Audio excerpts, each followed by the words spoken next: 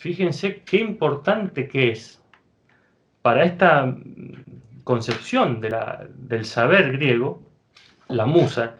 Tan importante es que la primera obra de Hesíodo, la Teogonía, tiene dos invocaciones a las musas, no tiene una, tiene dos.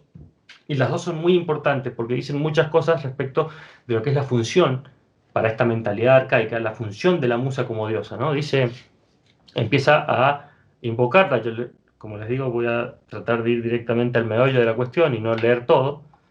Les puedo relatar solamente que Hesíodo, en esta primera invocación, lo que narra es su iniciación poética. Él era un pastor, ¿no? Pero las musas le salen al encuentro, le dan un cetro. Esto es importante porque el cetro en realidad es una figura de autoridad, es un símbolo de autoridad. Es lo que tienen los reyes para dictar su sentencia en la mano, o los que las personas empuñan cuando en la polis dicen su palabra, su opinión acerca de qué es lo que hay que hacer o qué es lo que no hay que hacer con los destinos comunes de la polis. El cetro es símbolo de autoridad. Fíjense que nosotros acá estamos enlazando la figura del poeta con la figura, no nosotros, lo está haciendo Hesíodo, está dándole al poeta un símbolo de autoridad, que es el cetro, se lo están dando las musas, ¿no? Y además del cetro le dan voz, admirable voz para que le inspiran, para que celebre, fíjense esto, el futuro y el pasado. Para celebrar el futuro y el pasado. Pero hay otra, posteriormente, unos versos más abajo, en la segunda invocación a la musa, hay otra formulación mucho más importante. Fíjense lo que dice, habla de las musas en esta segunda invocación, la invocación que está a partir del verso 36, dice, Ea, de las musas empecemos, que con su canto en el Olimpo la gran mente del Padre Zeus regocijan, al decir el presente, el futuro y el pasado. Es decir, fíjense cómo entienden el tiempo. A lo que accede el poeta gracias a la musa es a una totalidad, es a la totalidad del tiempo. El presente, como sede de lo que comparece ante nosotros, lo que tenemos nosotros adelante, eso es el presente, donde estamos ahora, y después el futuro y el pasado. Primero es para el poeta el presente, ¿no? Y eso es lo decisivo. Pero a la luz del presente se ilumina el futuro y el pasado que canta la musa. Cuando ustedes lean esto lo van a poder percibir inmediatamente, es la musa en singular o las musas como un coro, son el coro privado de Zeus, son sus 9 hijas que cantan. ¿Y qué cantan? Pues glorifican constantemente a Zeus y a sus hazañas. ¿Cuáles hazañas? Aquellas por las cuales llegó a ser el rey del Olimpo y el rey del cosmos. En ese sentido, quiero que adviertan que lo que va a hacer Hesíodo es mostrar de nuevo un tema, un asunto relacionado con la soberanía. Por eso es que él tiene el cetro. No es casualidad que las musas le den el cetro a él. Acá él va a mostrar que entre la voz del poeta y la voz del rey hay una relación. Es un poco largo, prácticamente la selección de textos que les voy a dejar es casi toda la teogonía.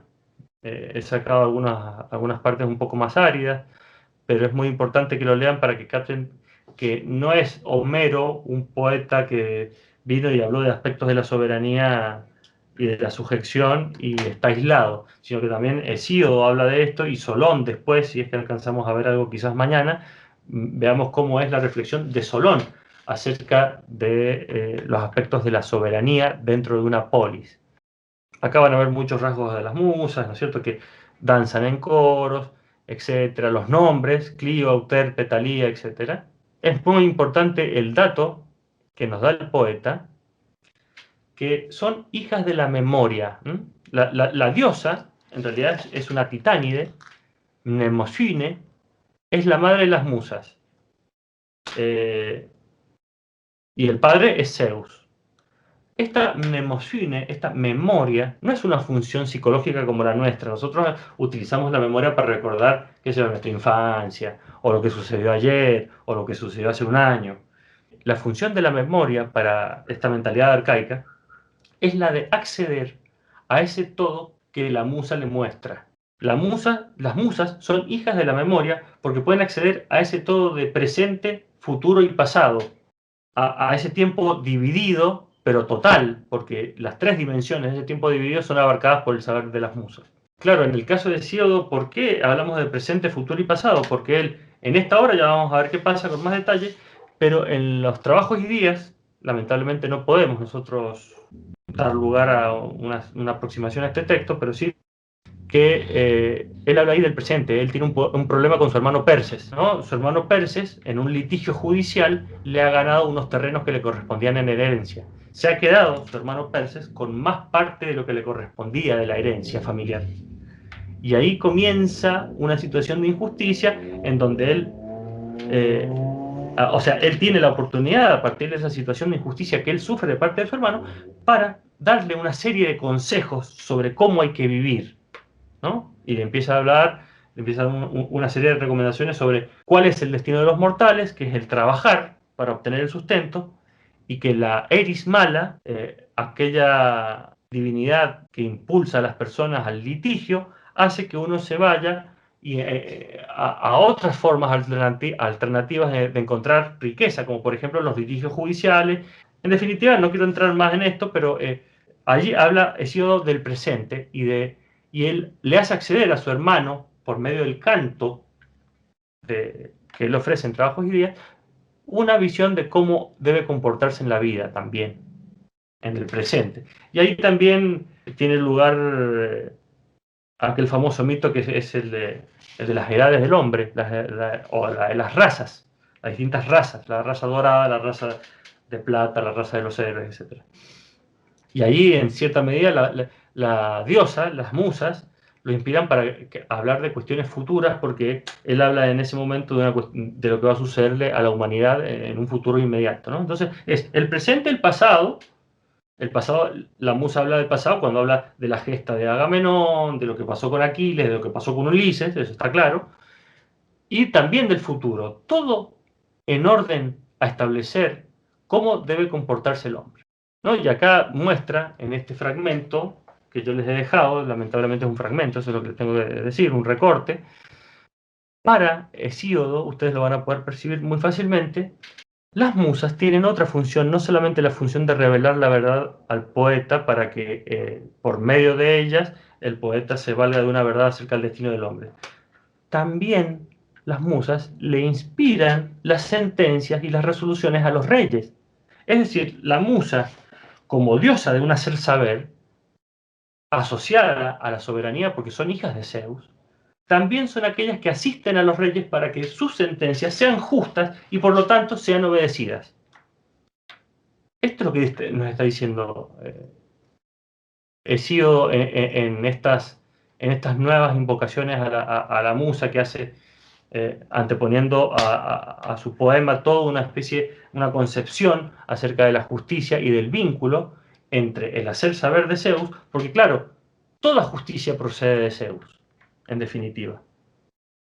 Y el corazón del rey, que quiere mantener su soberanía, tiene que nutrirse de la sabiduría de Zeus para poder dictar sentencias rectas que tengan que ver con lo ya establecido, y en la medida en que Zeus y las musas le otorgan ese favor, esas sentencias van a ser obedecidas por el pueblo. Estamos de nuevo ante una reflexión sobre la obediencia y la sujeción en el ámbito de las relaciones sociales, de las relaciones políticas. No quiero dejar de recalcarles que estas dos primeras invocaciones a las musas son tan importantes o más importantes para nosotros que el resto del texto, porque allí se funda, o allí nosotros podemos leer los rasgos en donde, los rasgos según los cuales el pensamiento arcaico entiende el saber revelado, ¿no?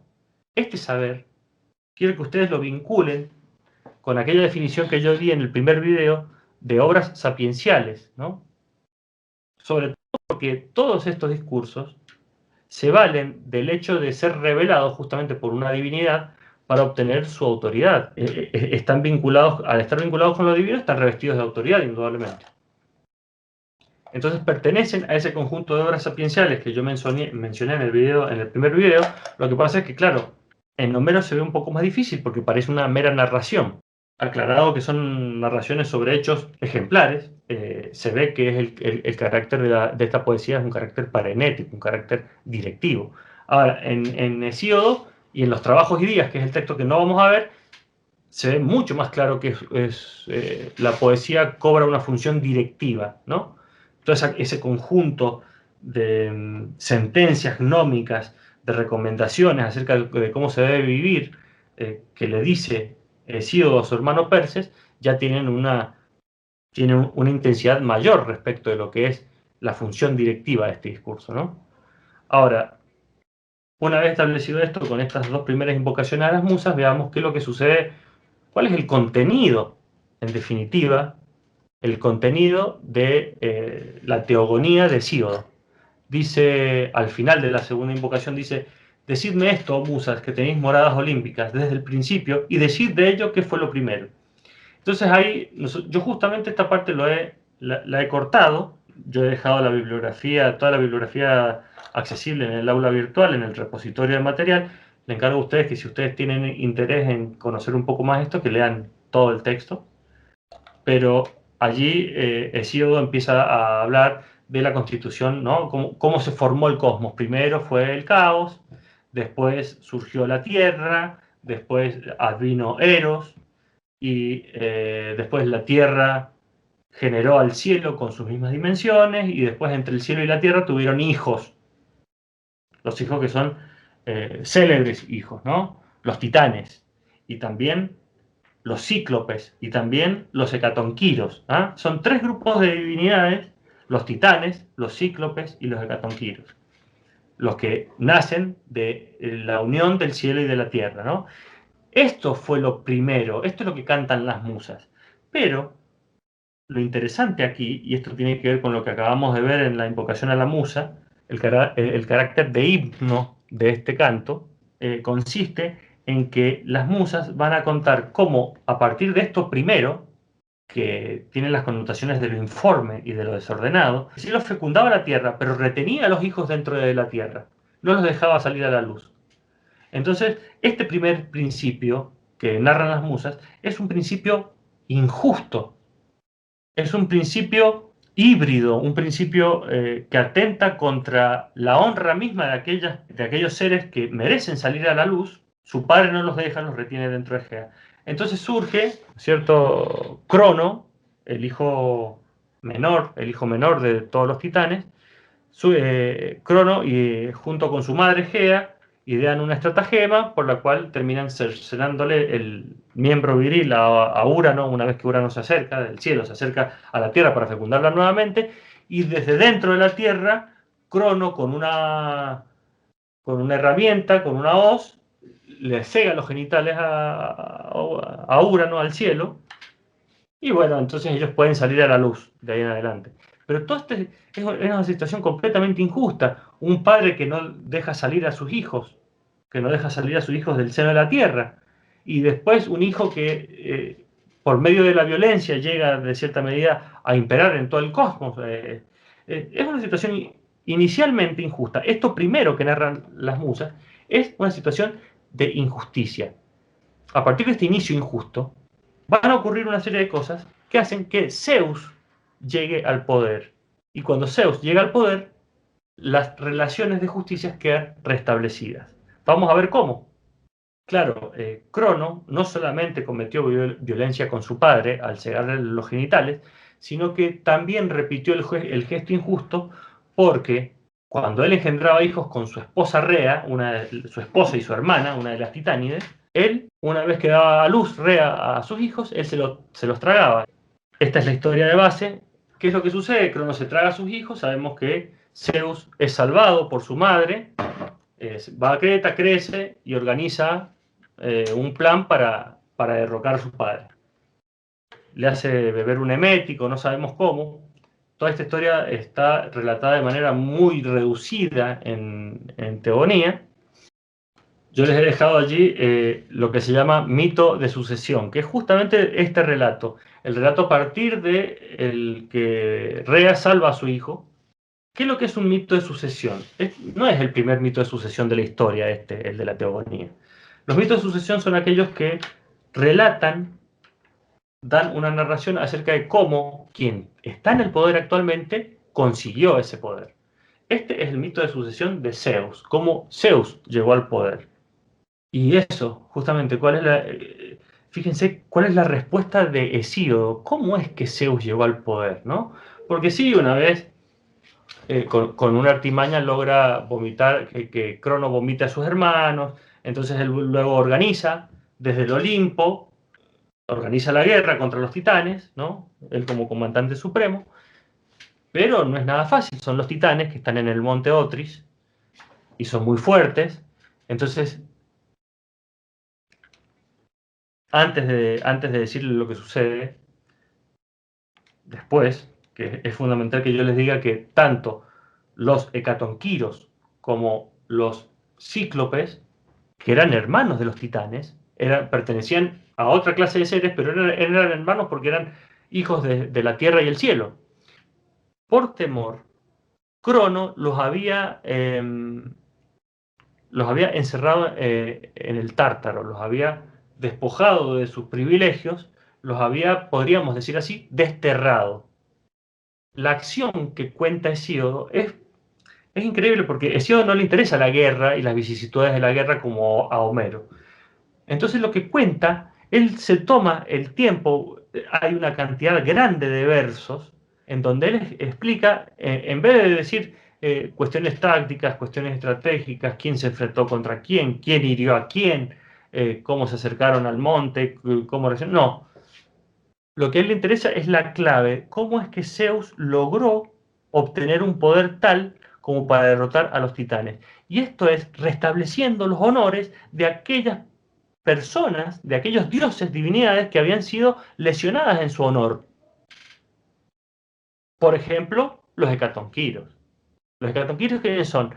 Los centimanos, aquellas figuras míticas de 100 manos y 50 cabezas que eran el símbolo de la gigantesca fuerza, la descomunal fuerza, llamados, son tres, Briareo, Coto y Giges,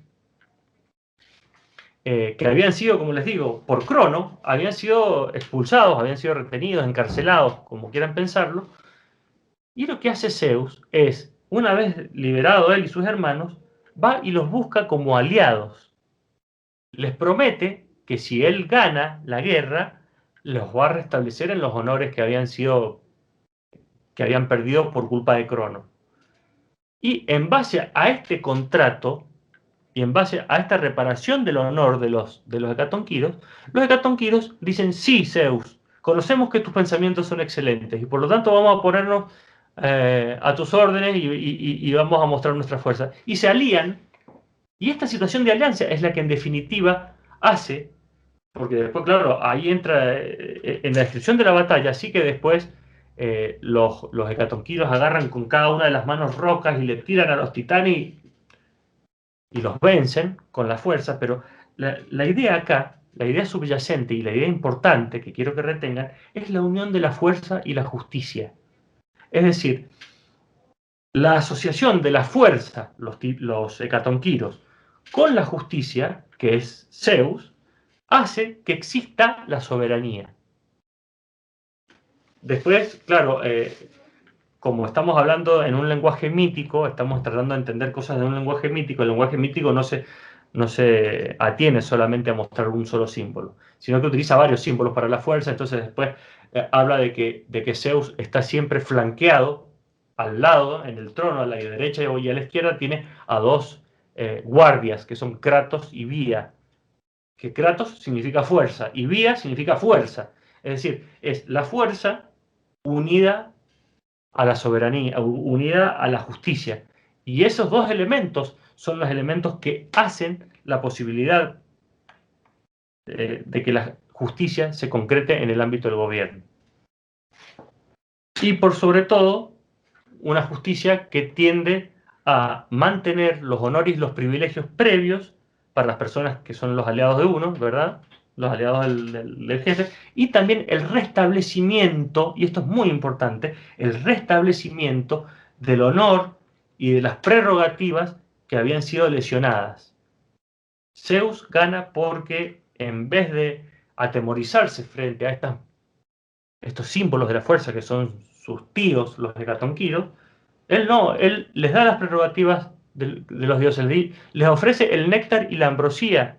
El néctar y la ambrosía son los alimentos que solamente los dioses pueden consumir. Es una prerrogativa divina. Les ofrece el néctar y la ambrosía, les promete que su honor va a ser restituido y ellos entran y conforman un lazo social de alianza. Pasa algo similar, ¿no?, con los cíclopes. Los cíclopes son el símbolo de los herreros, de los grandes herreros. Cuando Zeus va, les ofrece la alianza también, les ofrece la alianza, y entonces ellos, los cíclopes, este otro conjunto de hermanos de los titanes y de los hecatonquiros, le ofrecen el rayo a Zeus, el tridente a Poseidón y el casco de invisibilidad a Hades. Cada una de estas divinidades son símbolos de la soberanía. Es decir, Zeus, gracias a que tenía el rayo, después, en otro enfrentamiento que tuvo, no ya con los titanes habían sido vencidos, ¿no? Pero después surgió el monstruoso tifón de la Tierra, también desafiando su soberanía, y Zeus lo vence con el rayo. Es decir, con algo que obtuvo gracias a una alianza con divinidades que habían sido deshonradas y que él volvió a la honra de vida. Una vez que sucedió la titanomaquia y la tifonomaquia para Hesíodo, ¿no?, ya la fuerza de Zeus queda asegurada, la primacía de Zeus, ¿no? Y fíjense lo que dice al final de la Teogonía: mas cuando los dioses beatos su fatiga hubieron cumplido y a fuerza resuelto la lid titánica por los honores, entonces instaron a que reinara y mandara en los dioses por el consejo de Gea, al olímpico Zeus de amplia mirada, y éste bien repartió los honores entre ellos. Es tan revelador esta última parte, porque fíjense que está enlazada de manera diáfana la idea de que él repartió bien los honores entre cada una de las personas que iban a conformar el nuevo grupo social. Esa idea de justicia distributiva está completamente asociada a la idea de soberanía. Todos los demás, como había sido Zeus, se había atenido a su palabra y había restituido la timé, la honra de cada uno de los implicados, entonces lo eligieron como rey para que mandara entre los dioses. Lo eligieron. Si bien él tenía prerrogativa real, porque él era de la estirpe de Urano, de la estirpe del cielo, que fue el primer rey del cosmos, y después también es de la estirpe de Crono, el segundo rey del cosmos. Él tenía prerrogativa real, pero la aprobación de sus iguales es fundamental. Sus iguales tienen que elegirlo como rey para que manden entre los dioses. De la misma manera que, una vez elegido, si él no cumple con este rol de asegurar los honores y las prerrogativas de cada uno, también pueden empezar a desobedecerlo y retirarle ese beneficio de ser el soberano, así como vimos que eso podía suceder en cualquier momento gracias a los poemas homéricos, ¿verdad? Una desobediencia de parte de Poseidón, una desobediencia de parte de Atenea, sí, o de Hera, podía suceder perfectamente. Entonces, este equilibrio desigual hace que la figura del soberano sea una figura determinada por deberes específicos. El deber específico es el de dictaminar justicia, el de mantener las relaciones sociales tales cuales eran.